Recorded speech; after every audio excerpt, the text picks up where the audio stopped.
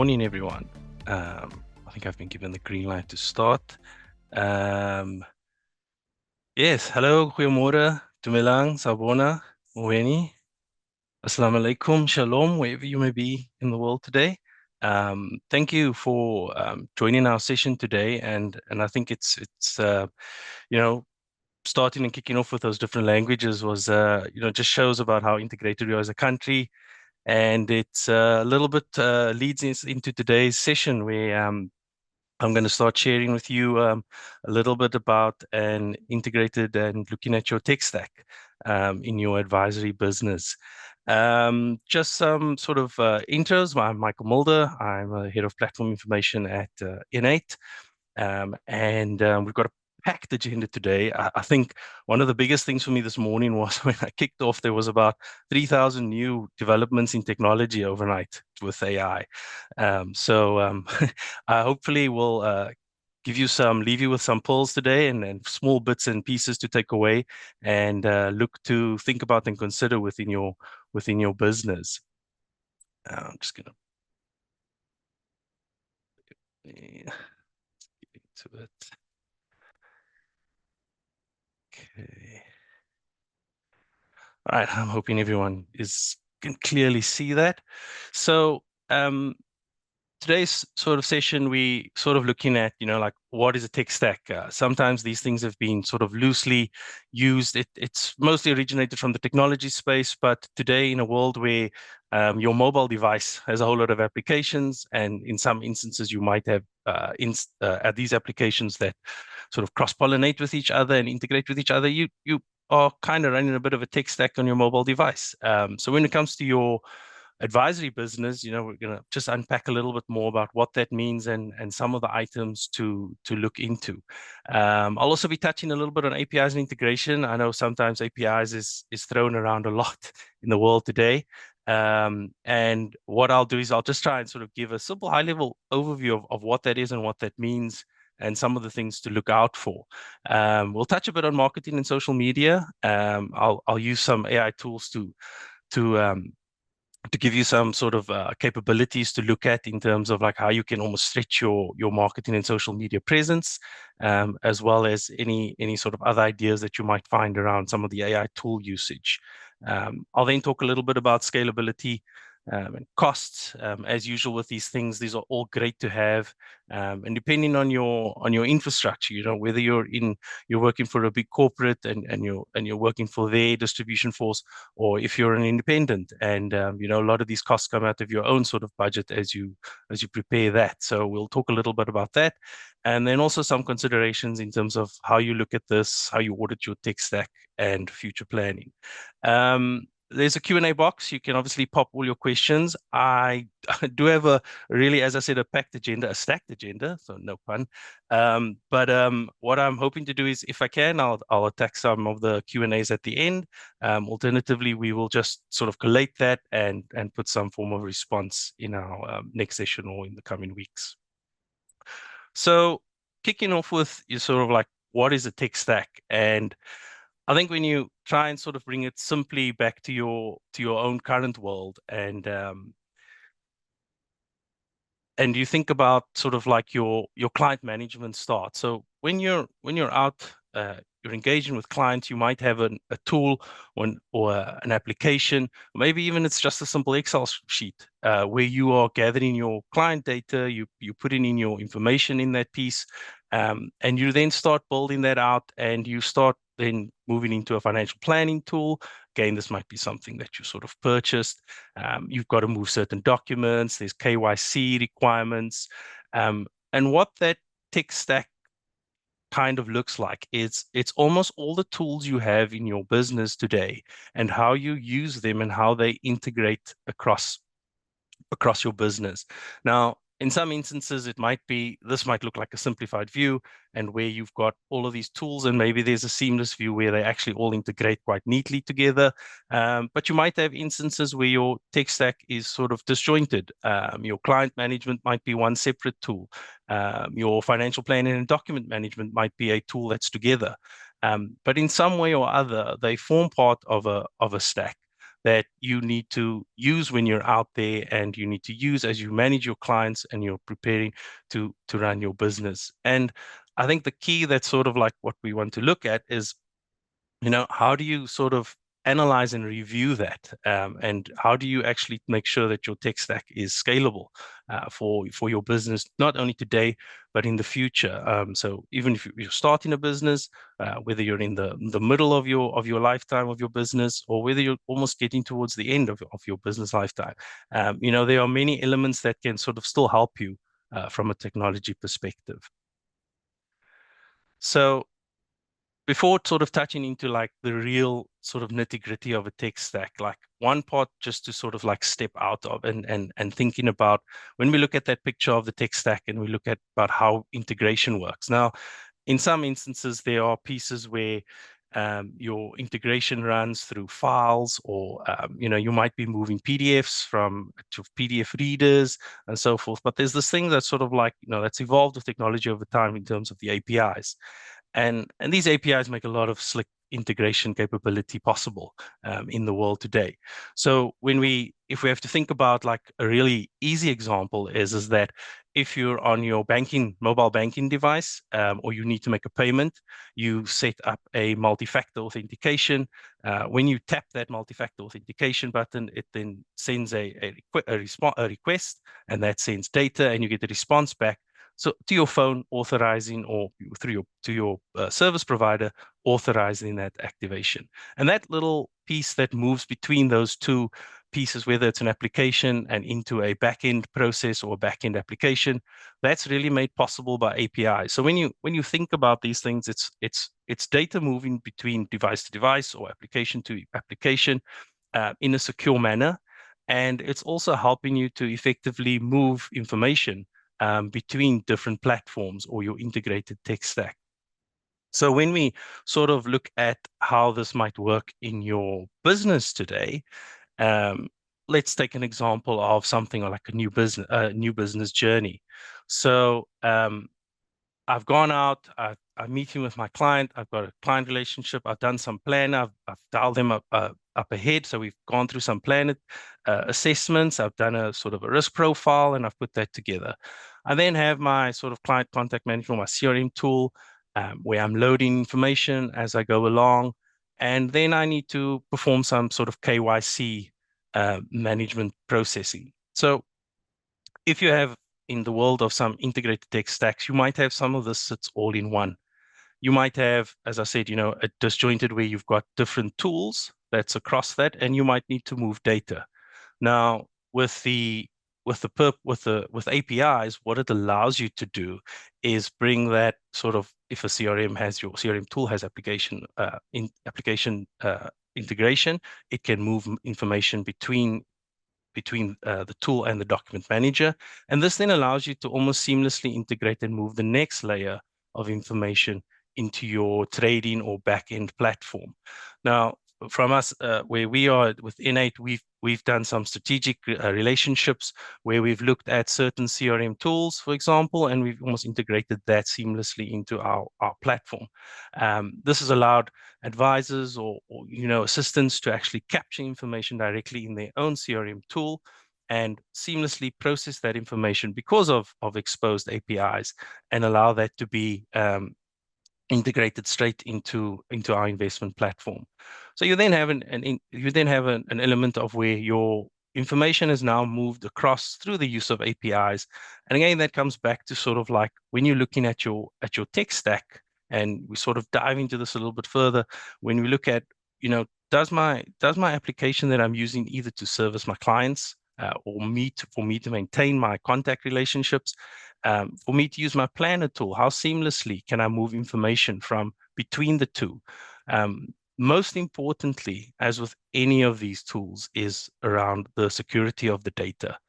And, that's something that's sort of like always should be at the back of your mind is that how secure is my information that's moving, especially when you're dealing with client sensitive data. You want to ensure that that information is protected at all times. So when you're moving information between different tools, it's always worth ensuring that you have some element of security around that data, all the information that passes between these different platforms. So when we think about the tech stack, it's about like, how do you ensure that when I'm moving information across my different platform elements, I'm actually always securing that information, and that allows you to give your client sort of confidence as well, but also your own confidence for your business and your practice. So when we think about all of that, and you'll see some of these tools might look very familiar to you, some might be some that you've seen for the first time, but in a holistic view, when you try and step out of it and you sort of like say like, okay, I've got a client contact management tool, I've got my CRM tool, I engage with my clients on various connection platforms like Teams or Zoom or Google Meet.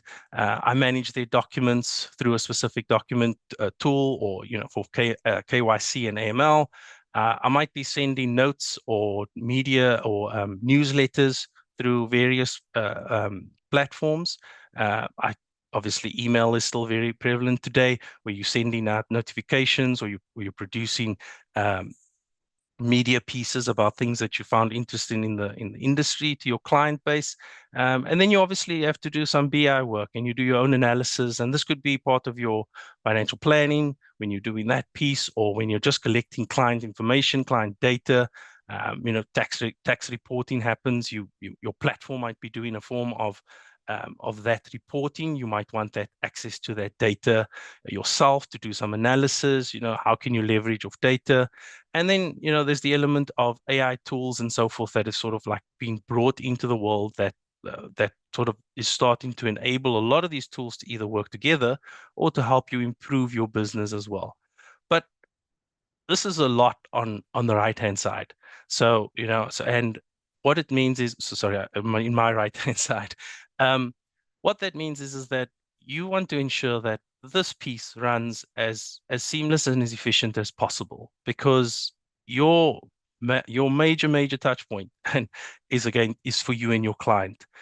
You want to ensure that you're not going to a client and you're sitting there with 1 hour meeting and possibly spending half an hour, 45 minutes where you're disengaged to a level because you're having to capture a lot of information, you're having to key in a lot of data, you're filling in forms, and that's where you want to almost see some of your tools starting to help you with that, or where you can leverage your tools so that this most important part here, where you're out there engaging with your clients, becomes a real meaningful engagement. They might be having a bad day and they just want to talk to you, and at one point it's 10 minutes about their financial position, and you quickly seamlessly sort that out with your tools, and you're able to sort of give them that comfort that they need. But as much as the tool stack and as much as today's session is a lot about that and how we use the tools and how we integrate these tools, it's also key to make sure that these things can fit together, so that you as the advisor, you can go in and you can engage with your clients wholeheartedly and fully in those sessions.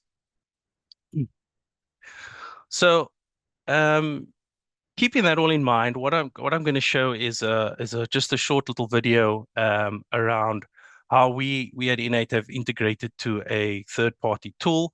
So this little short demo will be about it's where our platform integrates into the Morningstar environment, and we pull information for investment reviews. So this is simply like one element of how we've integrated with a third party, but also it's just to give you that food for thought that when you have those availability of APIs, and some of it is, I'm not going to make it sound as easy and seamless as that. There are elements where you'd need to sort of unpack that, and there might be a technical element, but there's also an easy mechanism where some of these things are really just a plug and play option. So let's have a look at that.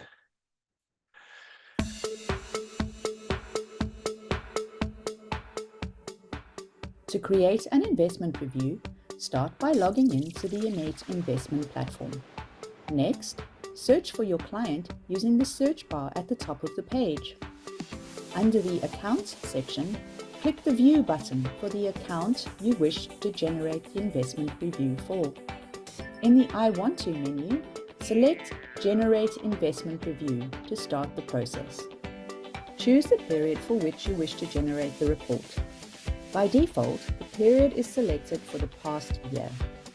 You can now personalize the review by adding commentary and including the Morningstar X-ray tool for an in-depth portfolio analysis. With the Save to Client option, you can easily add this review to your client's document library. This allows your client to log into their secure account and access the documents without you needing to send them separately. Once you're done, you can view or download the document for your records. This investment review offers technical information with a comprehensive portfolio analysis.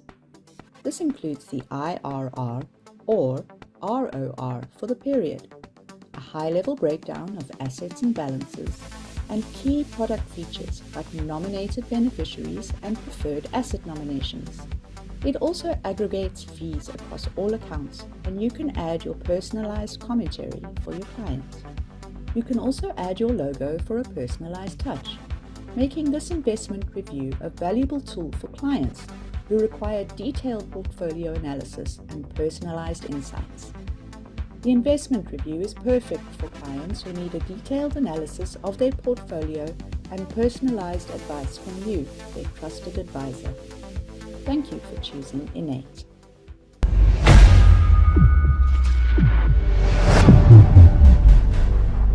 So you would have seen there that there was Innate there is was a registered trademark sorry. of Stanlib Wealth Management Actually Pty. just move off that slide because it'll just loop. Sorry, a technical blip there with my sound.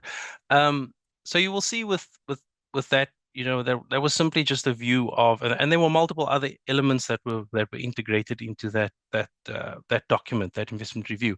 But you would have seen that the Morningstar elements were brought in, and sometimes it's also like key when you're looking at these integration points. You also want to try and figure out, like, what am I doing well in my business? Where is someone else doing something really good that I can leverage off, and can I seamlessly integrate with them? Because I could leverage off that and then bring that into my business, and sometimes and technology can generally solve for that. As mentioned, it can be technical and it can require a little bit of expertise to help you set it up. But in most instances, I think service providers have tried to look at seamless ways in terms of making these things plug and play as we continue to sort of move. So that's just like sort of like an example of what we've done with some third-party integration services. Moving on to like the marketing and social media element. So one part of your business as well is, as much as I've sort of like touched on, and I think we've got a series of these webinars, so it's also very difficult to try and cram everything into an hour. But what we also want to do is try and just give like little snippets and little tidbits in terms of like looking at your business holistically from the start almost to the end, and that's how we'll start to unpack it over these series of webinars. So today I wanted to just touch a little bit around, the importance of social media. I think there's lots of sort of financial advisors or individuals out there that's using different sort of platforms like your TikToks or LinkedIn, even WhatsApp for Business, where they're broadcasting messages to their clients. And sometimes those are like short, precise little notes that, sort of attracts a client and gives them that piece of little information that they really want and leads them into, some further detail or further questioning. But it also gives an engaging element where it shows that, you have, a wide reach application or platform where you can almost show continuous activity. And yes, while some of this might, today you might have thought about it, like, oh, I've never done a LinkedIn post, or, I've really actually wanted to do a LinkedIn post. Like, where would I start? What would I do? And sometimes it's as simple as just like, finding a news article and taking that news article, summarizing your thoughts and posting it out there. TikTok, of course, is a little bit more active. I've seen guys where they walk around on Seapoint Promenade and they engage with people and they just ask simple things about tax-free savers. And that reach doesn't necessarily have to be 1,000, 2,000 followers. You simply just need your 100 clients, seeing you engage, seeing you out there, but also talking to pertinent topics or important financial related topics that become key for them. I'm just going to sort of step away quickly. Step away from the presentation, and I'm just going to show, and we're going to jump into a little bit of AI tools. Sorry, just bear with me. So, sorry, just to keep that flow going. So with keeping this in mind around how you set up emails or set up media platform posts and so forth, I'm actually going to step sort of into AI tools and how these can actually help you put that together. And you know what you could look at. So there's there's a plethora of so many AI tools out there. All of them, you know, professing about better capability, better, faster, and you know, seamlessly allowing you to do vibe coding and all of those things. But I think the key is to keep some of this sort of like, you know, if I speak for myself from my own journey, is where when AI came out, I was testing and running on every single tool, and you actually start losing sleep over it because it's almost like you have dreams about all these AI tools, and it feels like they're attacking you.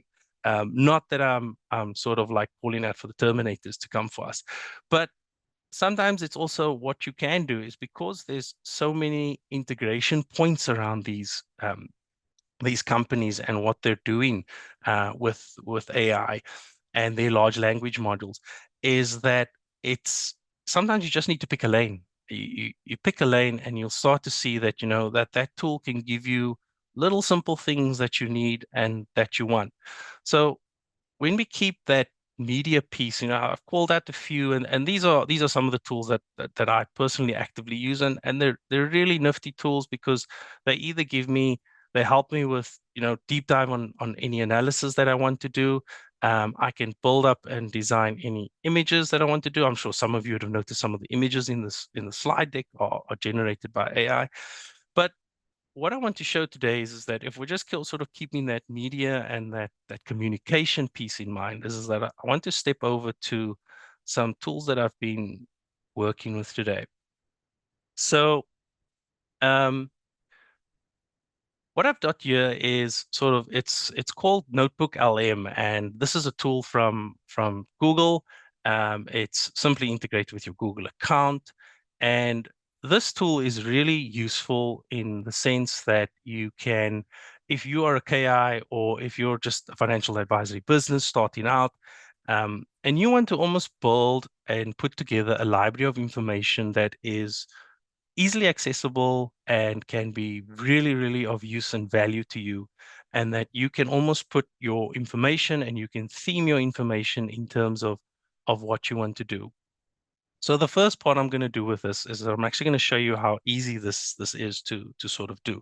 So the whole thing is guided, and I think, you know, these are the things. This is the thing about the whole world of AI is that you've got to go out there and just sort of test these tools and really start to see what it can do and how it can help your business. So when you're considering, and we bring it back to the discussion around the tech stack, it's almost like, well, I don't know if I have AI or should I put AI in? And I think that the beauty of it is that it allows you to almost go and test that really in your own free capacity.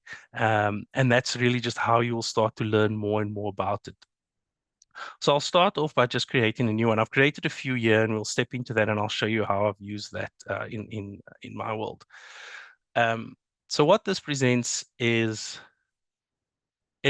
it presents to you a just before we get to that part, it presents to you, it's almost like this dashboard where you're creating an information repository around what you feel is going to be important or a specific topic you want to discuss. So in this instance, I've gone again up. Bearing in mind, of course, you want to ensure that if you're going to do any of these things, is that it's always a good start to go with public information first. So it's public data and not necessarily throw up your client information or personal information as yet. I think it's always important to first deep dive and understand how secure that information is and what, if there are any risks, that you have mitigated them accordingly. So I'll pull out. So recently, the FSCA pulled out their strategy that they were speaking about for the 25 to 2028. So what this tool allows me to do, it almost allows me to start building up an information or knowledge base that I can then reference or use in terms of how I feel it pertinent to me as an individual, and maybe to my business as well. So I can drag and drop So in this instance, I'll just drag and drop that file. So what it's done here is that it's isolated that FSCA regulatory strategy. And this tool at this point in time is starting to read and analyze that information. It's starting to look at that information and start to say to me, okay, I'll give you a little bit of a summary overview. And this becomes sort of that step where you might see, I mean, if anyone, those of you who subscribe to sort of like the phase notes and notices, I mean, on a daily basis, there's lots of information that comes out there. There are draft notices, and these are become sort of like important information that you need to read, but maybe your timing is like you only get to it in week 3, week 4. Sometimes you get to it like 2 days before it's implemented. Not saying that you're a procrastinator at all, but life happens and business demands are real. So generally, when these papers come out, you're either hoping that someone in the business is reading them, picking them up, and if that is that person, it's also like that individual is aware of how best I communicate these pieces out to my team, or anyone that it becomes important to. So what this allows me now is that this allows me to almost interrogate that paper and call out. So it'll give me a few prompts, and it'll tell me, it'll talk to me about what I find important, or I can simply ask it, what are the key strategy points? And this has sort of gone away, and it's now highlighted key element points to me. So you can see it's obviously given quite a comprehensive yet summarized view, because the document itself is about 48 pages. But I now have things that I sort of think is, well, this is the important part. And the nice thing about it is that it's highlighted the key areas from where it's referenced that. And all of this hasn't gone out to the internet or searched anything unless I've actually asked it, or if I add. So I do have the ability to link the FSCA website, or maybe my own internal website if there's something specific that I need to reference there. But this helps me to almost get that view simply against that. In certain instances, you might get a 100-page document where it starts becoming a lot more information to sort of sift through. And this doesn't necessarily mean that you should not engage and actively go through the document, but sometimes it's just the key points that you want out to start building out that picture and formulating your understanding of what any of these strategy points, specifically in this document, might be, or what those points might be that are pertinent to your business as you go along. Now, I'm going to step out of this one. So it's really easy to sort of bring that in and use that in your own capacity. If I step back to sort of my list, so you can see I've got quite a few documents that I've used here. Please forgive the early kingdoms one. That was one that my kid was doing for a history project. But like if I look at our world, and you'll see here again, I've taken the N8 product set. I've pulled in all of our information across again, this is off our public marketing webpage. So I've kept my knowledge base to very specific information, and gain pertinent information that I know is not going to be sort of a threat to any client privacy at this stage. But what this allows me now to do is that this has generated an entire a summary. It's looked across all documents. So these are the different product offerings that we have within our platform. But what's really cool and really nice about this, so I could simply start and say out, explain about the living annuity. And that's just to give you a sense. So again, because I've used that keywords, it's gone in, it's read the material, and it's brought that. Now, you might be in the process of sort of like you're going through an onboard, and this could be on any platform. Most platforms would have these FAQs available. It's either embedded in a website, or it might be, as we have PDF documents that's available. You could download that. You could keep it on your personal, or you take it with you as a printout or as a PDF save file and pull it up on your tablet at any time. So when you're engaging with a client, or when you're preparing for a client, there might be you might be a seasoned professional, the ins and outs of a living annuity, or you might be that new person starting out, and you almost want to use it as part of your preparation and say, like, what are the key things I need to remember when I go and engage with this client, and I can comfortably answer and cover what they need to know. And if they ask any questions, I'm able to explain that. So if you have your platform provider, you can pull out and you can understand how they use that in their world. What else is really, really quite cool about this tool is that it'll take all these documents, and I've generated prior to the session because it can take a while, is that I can actually create quite a nifty mind map around that. And that then again, like if you really enjoy the sort of things and you're looking for key points. So for example, I'd really like to just zone in and see, well, what does N8 do, and what are their points that they've gone around for the endowment policy, and how do they manage tax? And the nice thing about this is that the mind map almost gives me that point where I've gone through the journey. I know that I'm going to onboard this client. I know that some questions that they might raise about this, but when I hit that, it actually will go and take me from the mind map and say, okay, well, you needed a little bit, because the mind map's the high level, it's the zoom out helicopter view really, but it gives me all that information specifically for the endowment. And now I've got the deeper detail that I really need in terms of like, what do I need to know and what do I need to be sure of? So, a tool like this is really great. I think when you're almost inundated with client meetings, and you need to get there, sometimes you just want to have certain things like this on hand where you can actually get to information quickly. What I want to show is the other thing it does, and I really do hope this works. It worked earlier. We just find it. So this is a whole retail fund paper that came out of the FSCA. Please just throw a thumbs up if the sound does come through. But what I managed to generate is a podcast about this paper. And this is really a piece where overseeing it all you'll hear two is people the talk Financial about it. Sector Conduct Authority, the FSCA. They're the main watchdog for financial services here. Exactly. They regulate the conduct of financial institutions. So what's the core issue here? You mentioned Section 14.1 of the PFA. It's Section 14.1. That's really at the heart of this. It sets out very specific, quite strict requirements that funds have to follow before any kind of merger or amalgamation, technically. Okay. So that's quite cool, right? Like they've generated two people who are now discussing just specifically around that document in the page. Then they've got this little thing that's actually quite cool. So if I play it, Welcome it'll everyone just to hit another back deep to the dive. start. Today, we're plunging into something important, maybe a bit overlooked sometimes. Financial regulation. That's right. We've got these documents here from the Financial Sector Conduct Authority, the FSCA, and they're suggesting a pretty big change for certain retirement funds here in South Africa. It's definitely significant. So our mission today really is to unpack this proposed exemption. What's it about? Why now? And crucially, what it might mean for your savings. If you've got a retirement annuity, maybe a preservation. Oh, hey there, how can we help? Could you explain to me and tell me a little bit about the Section 14 and what that means for this paper?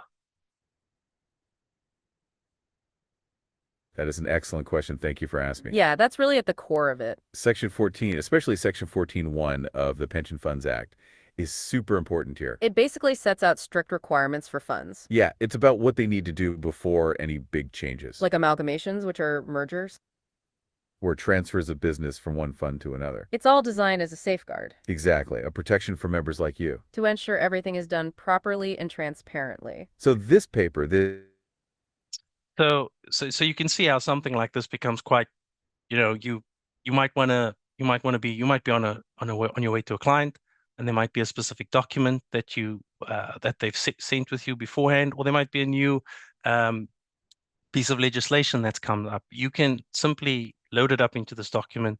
You can then create your podcast and you can put it in your car while you're driving, or whether you're on the commute to the office or on your way home, and you can get that verbal sort of like breakdown of what the paper is. And generally it's quite good. And then there's the beta version, of course, where I jumped into the conversation and I participated in the conversation. And again, that then means that like I could ask it certain things, and while not necessarily being able to probably respond to it in its entirety in a technical element, and it might be certain business elements, but when you start stepping into a tool like this, you start to realize like, okay, well, I know how these things apply to our business.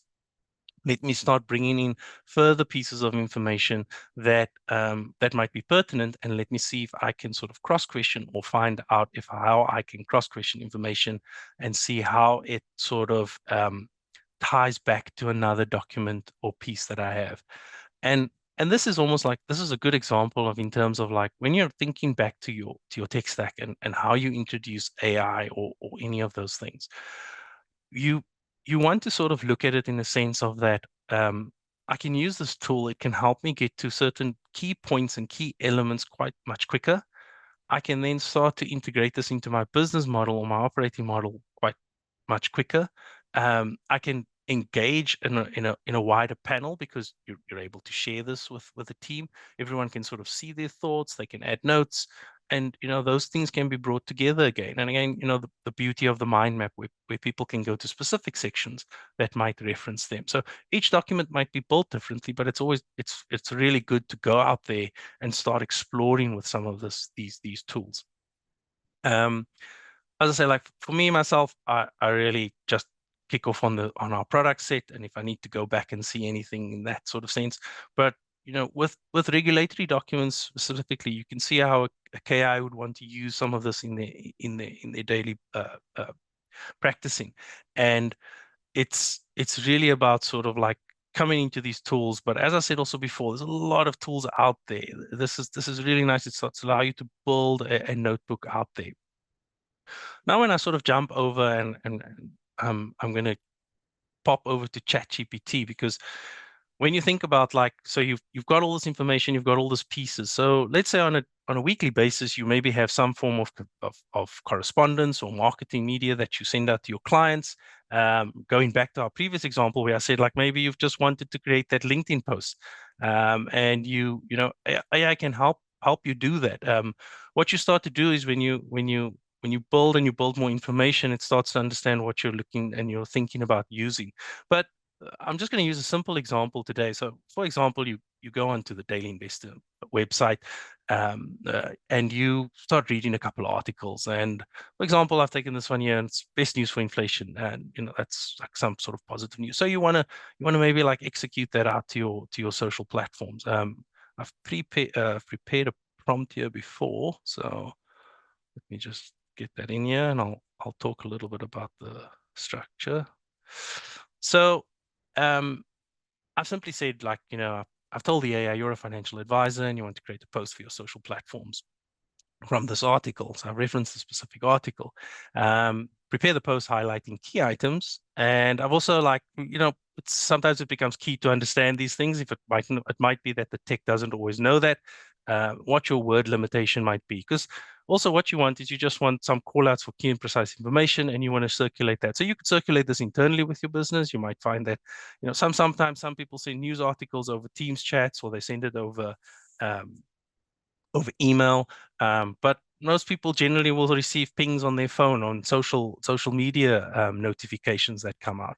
So when I sort of hit that, and it gives that to me. So what this allows is that it sort of like says to me, okay, great news, lower since it gives a little bit of information and so forth. I think when you look at LinkedIn, or you consider LinkedIn, it'll give you a little bit more. You obviously want to extend that, but maybe you just want your clients are following you on X, and you simply just want to like sort of put that out there. So if I copy that and I go into X, and then I'll just sorry. All right. So in this instance, it's just copied all of that over. Sorry.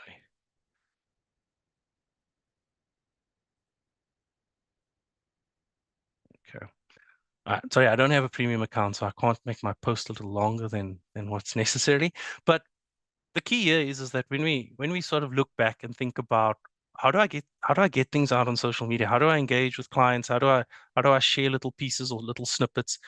And this is like easy ways to start getting some really nice, slick, professional notifications out there. And as much as sort of like these are like, I've used 2 applications to put this together, but as my AI gets to sort of understand other themed things that I ask it and give it, it'll start to almost cater and create a different tone. So I might have a humorous tone or anything else that I wanted to bring through, and I can request it to do that. So it's really sort of like a nifty way to start going out there and engaging your client base or any other new prospect client base before you go into a TikTok dance, obviously. But you might have to get to the point where you do have to go into a TikTok dance just to get some clients taking note. Then images as well. I'm showing a few various tools, and as much as it sound might be contradictory because I did say choose a lane, but it's just to show across the capability of these different type of applications. You'll see later on in the slide, this is purely created in Gemini using AI, and this actually appears in my slide later down. But again, you might have elements where you're starting out your business and you want to create some sort of presence, you want some media, and you want some imaging, and you want to put that out there, and you want to attract clients. You might be in the middle or even at the end of your lifespan, and you want to maybe bring in a new element or pass on some different sort of thinking and the like. And that's where these tools sort of like give you that little bit of new innovative ways that you can bring into your business, but also allow you to be a little bit creative. Or if you've got someone that's thinking about these things, and that might be there's budget constraints or so forth, it does give you and allow you to do these things in a basic and simple way.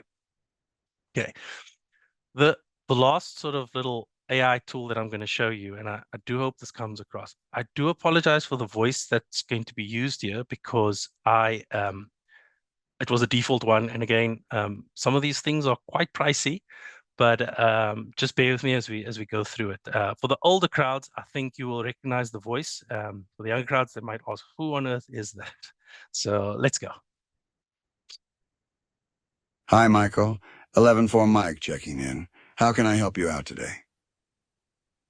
Hi there. Can you tell me what are the regulations that govern a retirement annuity? That's a really important question about retirement annuities, Michael. Understanding the regulations is key. However, I'm not equipped to give financial or legal advice. For detailed and accurate information on the regulations that govern retirement annuities, I would strongly recommend speaking with a qualified financial advisor or a legal professional specializing in financial planning. They can provide you with the most current and relevant guidance. So this is, when I kicked off my whole thing, I said it's like you wake up and there are 5,000 new tools out there or something, and this has come out just recently.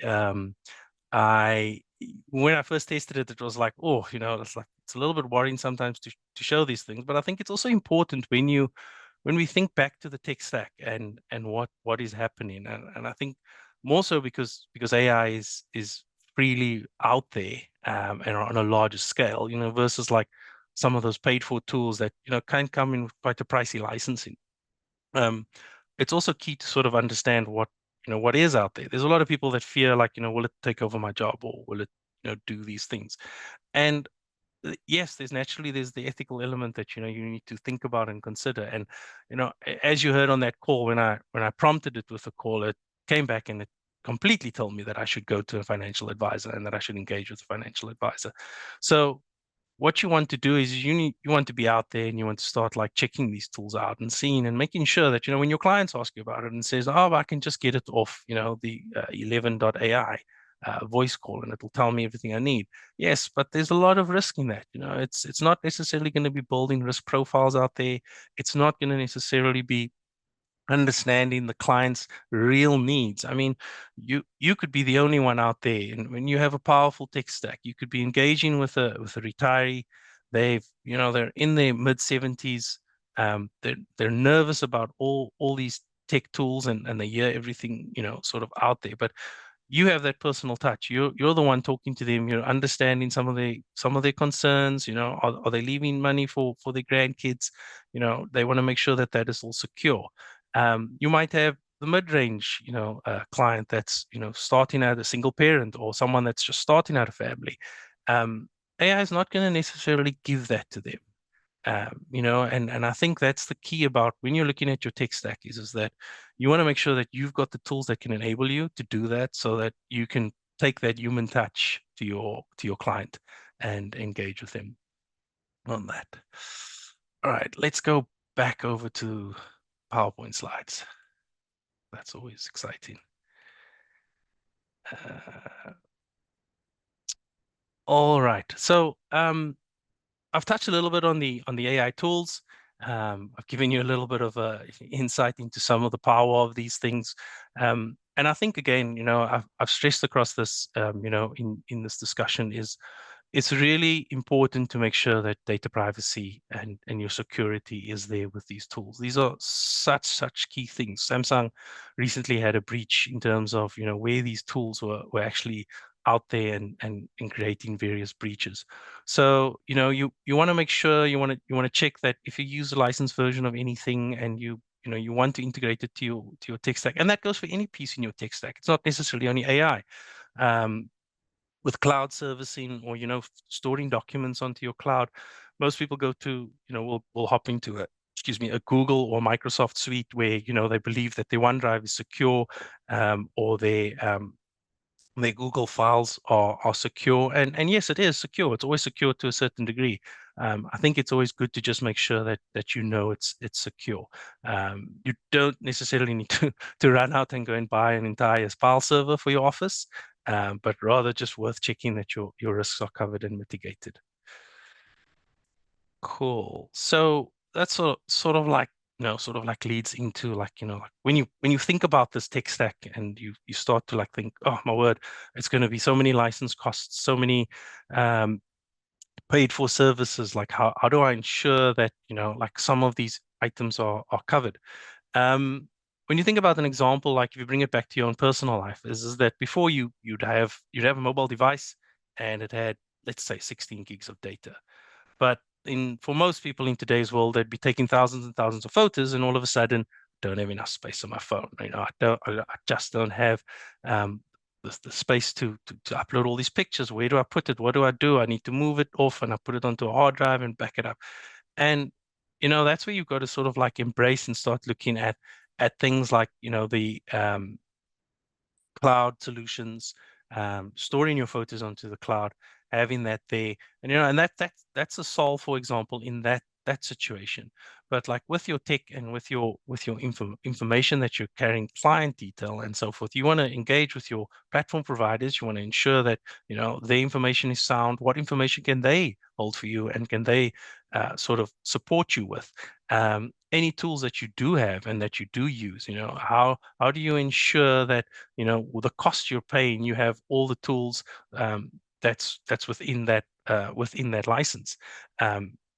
Or how do you know that there isn't anything better, that's sort of out there? And it might be cheaper, it might be a little bit more costly, but it's a platform, or it's a tool that's continuously evolving and moving with the technology trends and innovation that comes out there. I'm not saying that you need to run update all apps on a weekly basis. I think that becomes seemingly impossible, but it is key to ensure that at least to the very bare minimum that you have all the right security and data protection pieces in place. Your tech is scalable and it has a lifespan, and you have a sense of what that lifespan can be or could be. And it doesn't have to be completely accurate, but at least it's somewhere on your radar and somewhere that that these are the things that I need to ensure that for my business to go forward. Your financial planning tool, as an example, it might have, you could put in all certain amounts, but if there's a change to the tax rates that's applicable to anyone in a PAYE capability. So every year, obviously, Treasury will release new income tax rates. Those can change, but what happens if your tech all of a sudden can't accommodate for the next layer? It can't insert those new sort of tiers that you are taxed at. now you're stuck. So now all of a sudden you have to move into your new financial year and you have to like move that data out. And when you're calculating or doing any sort of financial planning, or you're doing projections against current income rates, your tech is using 23, 24 rates because it hasn't been able to move on. And that's a real world example, that can happen, where income tax rates are no longer able to be inserted or captured into a system. All right, so bringing it back to sort of where we started, and like how you need to approach this. And this is a little like light framework that we sort of put out there. And I think one of the key things that we've been trying to sort of kick off from this year is engaging with different firms or advisors, and sort of like just having and listening, and providing some insights into some of these tools and your tech stack, and what you're doing and what you're seeing out there. And as mentioned before, like, we have situations where we've integrated to something, and generally those become, sort of like your enterprise tools. But that doesn't mean that we're not averse to engaging with other tools and looking at other tools. I think, when you look at an exercise like this, it's about asking your provider, like, what's your lifespan, what's your plan on this tool. Most times, some of these things are off the shelf, so you might not even get the response. It might just be an email query that goes into a black hole. But what you want to ensure, and then that might be your sort of first warning call of like, who put the tech together. But these key elements, like sort of like, just take stack of your take note of your inventory, what you have, what's the integrity around it. Does it work for you? Does it work for your business? Security, and I'm saying that's all through the entire session notes mostly. Identifying overlaps. What are you paying for that two applications are using, or two pieces are using the same? That like sort of leads to, is it used or unused? Sometimes you might have something in your firm, and that might be no longer used, but it's it's a little bit of that key piece that's at the bottom, that if you pull it out, everything else is going to fall apart or fall over. So you want to also just have a look at that, because sometimes a little gremlin can creep in and remove it, and then all of a sudden you're stuck. And these again, this comes back to the point of like, when your tech stack's not available, it's not there, it's got problems. You then become short of servicing your client, and you really always want to maintain. And I'm sure, as that's off. I don't even have to tell you that you can have that interaction with your client without worrying a lot about your technology or enablers.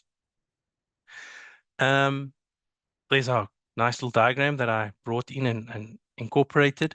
So how do you plan? How do you look at this? Like, do you take a sense of, what's your current CRM or your client management tool? I loosely use the example of keeping it all in Excel and then just trying to move everything else out of your platform. Like, does your business need to move to an advanced one? Do you need some form of automated compliance tools? I think because it's the ever-changing pieces, how do you know when you're ready? So when we think about the AI pieces, that, how long do you take to integrate a new change that's becomes draft regulation and then becomes regulation? How do you prepare? How do you ensure that you are ready, and that you can not necessarily always react to these things? It's very difficult to stay ahead of the curve all the time. I mean, like I said, I woke up this morning, it was 300 new AI tools. It's really difficult. I think AI is a separate beast on itself. I think with a lot of things that, yes, these service providers are going to start integrating elements of AI. It might make some of the tech faster, slicker, but it's really about you taking that back step and sort of like thinking about doing the audit. What do I want to improve? And also making incremental changes. You don't have to shift your business completely overnight. You might just want to take small little leaps and start to slowly integrate those pieces, because when you look back, it's that age-old thing that everyone keeps sort of like showing, where you take 1% each day, is 1% further every day of a year. When you look back over a year, you'll be amazed at what you've achieved. So, make those little 1% or one change each day. See how it fits in. Does it work? Doesn't it work? So you might not have 365 changes in a year, but maybe you get 50, and 50 might take you, quite far into the following year. And then again, I'm sure you're all tired of me saying security and data, but it is so, so important, especially when it comes to elements like technology. It's really, really key to keep that at the forefront. All right, so I spoke to a couple of tools in the presentation. We've listed a couple of links to these tools. In here, you can go and check them out for yourself. I mean, I think the team at the back will let you know if we get this shared. The team behind that helped me prepare this, they are real people, just FYI, in case you think I've used 5 agents to do this. No, they are real people. So their creativity and their brilliance has obviously come through. But sometimes it's nice to have a sense of, well, what's free and why is it free? The important part is also asking why it's free. But when you look at things like LinkedIn Pages, Meta Business Suite, you go and explore that and you look at that, and if that's your start for your social presence or creating those little news articles or those little posts, go and have a look at that.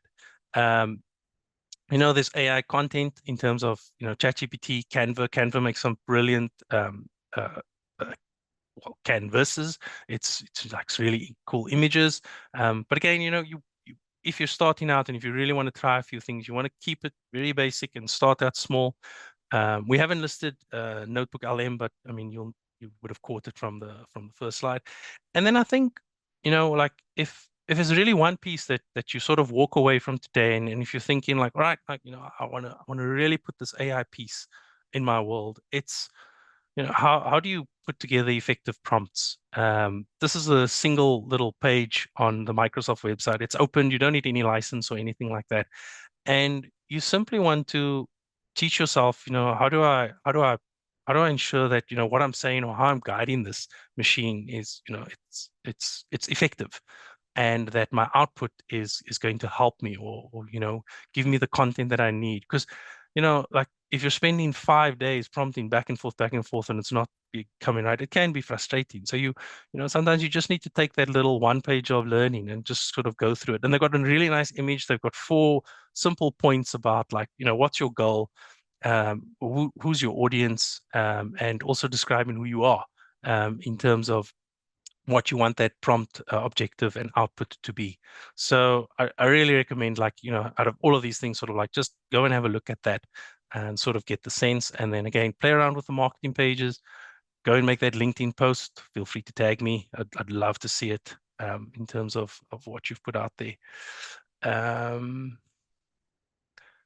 then check with your platform providers. Like we sit and we're looking at a lot of these technology developments around. As I said earlier, we've been exploring different. We have specific relationships where we've integrated with CRM tools.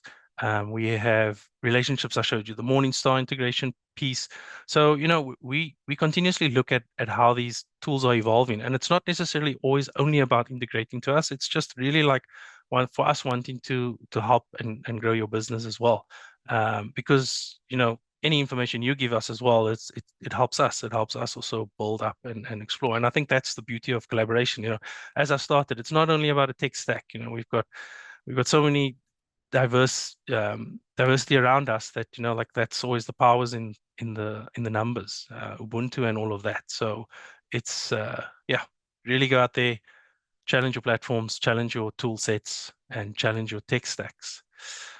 And I think that brings me to the last 3 points. And surprise, there's no security thing on here, but I think I've mentioned it enough. So understand your components, take check, have a look at what you've got, dabble a little bit and understand APIs. Simply just really look at your integration pieces, and if there is a plug and play that you can do and you can take out, I don't want to overcomplicate that area. And then almost like, how's your business fit for the future? And the future sometimes is only 6 months. How can you respond to that? How can you effectively respond to that? And I think at the end of the day, it's always about, like, how can you ensure that you always maintain your key relationship with your clients? Yeah. Thank you. All right, I'm going to stop sharing. think, oh, we've got about 2 minutes left. I'm going to see if I can take any Q&As. All right. Oh, there's a lot here. Okay. All right. I think, okay, there's quite a lot of questions here. Sorry, I don't wanna like sort of like sacrifice the responses on this. We'll take these away. We will work through these questions and we'll try and answer through. It'll come through in an email. But what I really want to say is that thank you everybody for joining the session today. I hope you really found it useful. This is the first series that we're obviously doing in a series of 3. We might extend it because as I say, like I think by next week there might be 20 new CRM tools. But like hopefully we've given you some pulls, and yeah, thank you and enjoy the rest of your day.